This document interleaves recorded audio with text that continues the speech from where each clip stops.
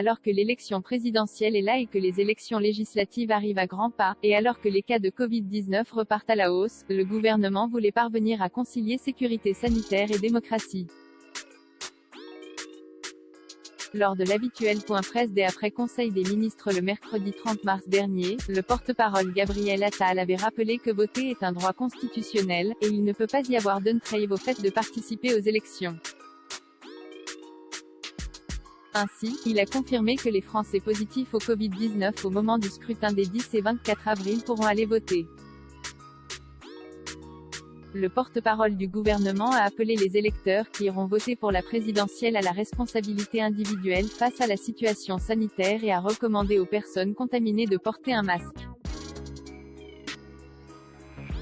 Pour des personnes qui seraient contaminées par la Covid dans les jours précédant le vote, elles pourront aller voter. Évidemment nous leur recommandons, nous leur demandons de porter un masque pour cela, a-t-il précisé, demandant aussi de se laver les mains.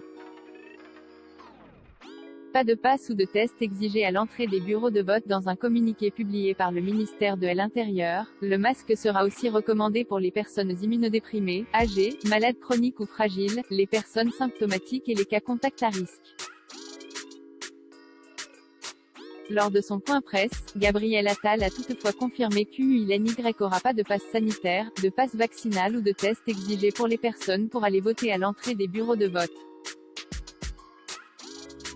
En mars, le pays a fait face à un rebond des contaminations de Covid-19, qui doit nous appeler à être vigilants, a prévenu Gabriel Attal. Mais l'indicateur clé c'est la tension hospitalière. Elle reste soutenable. Moins de patients en soins critiques que la semaine dernière et selon les projections, cela devrait baisser, avait-il cependant nuancé.